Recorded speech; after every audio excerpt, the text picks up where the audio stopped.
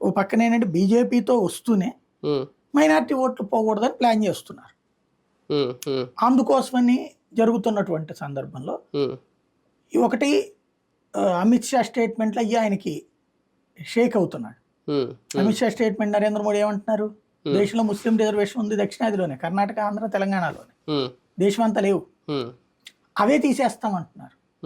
అదో పక్కన మా ముస్లింలో ఒక వ్యతిరేకత ఉంది. ఏంటంటే క్రిందటిసారి అంత పీక్ స్టైవ్లో కూడా 80% మంది, 75 నుంచి 80% మంది వేశారు వైసీపీ, 20 నుంచి 40% మంది ముస్లింలు తెలుగుదేశానికి వేశారు. ఇప్పుడు వాళ్ళు ఇప్పటికే ఈ ఇంపాక్ట్ వలన అంటే మోడీ అమిత్ షా స్టేట్మెంట్ల తర్వాత ఓటు తగ్గుతోంది వాళ్ళకి, అక్కడ భయపడుతున్నారు. ఇప్పుడు పరిపూర్ణానంద స్వామికి ఇస్తే కనుక ముస్లిం ఓట్లన్నీ పోతే అది హిందూపురం పార్లమెంట్ స్థానంలో 3.5 లక్షల దాకా ముస్లింలు ఉన్నారు కాబట్టి అనేది ఆయన ఫీలింగ్.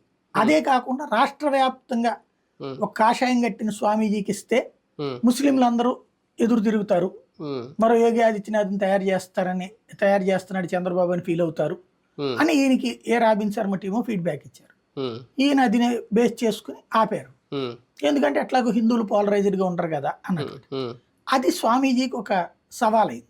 అంటే ముస్లిం ఓట్ల కోసం నువ్వు ఇక్కడ అంతకు మించి వేరే ఉంది, పోనీ ఏమైనా బలమైన క్యాండిడేట్ హిందూపురంలో పార్లమెంట్ కి పెట్టింది ఇల్లు, నథింగ్.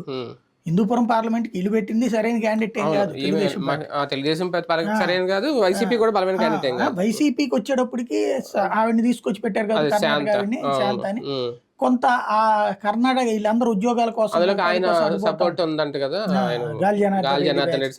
కాబట్టి ఆ రూట్ లో నుంచి వైసీపీ స్ట్రాంగ్ పెట్టింది, తెలుగుదేశానికి స్ట్రాంగ్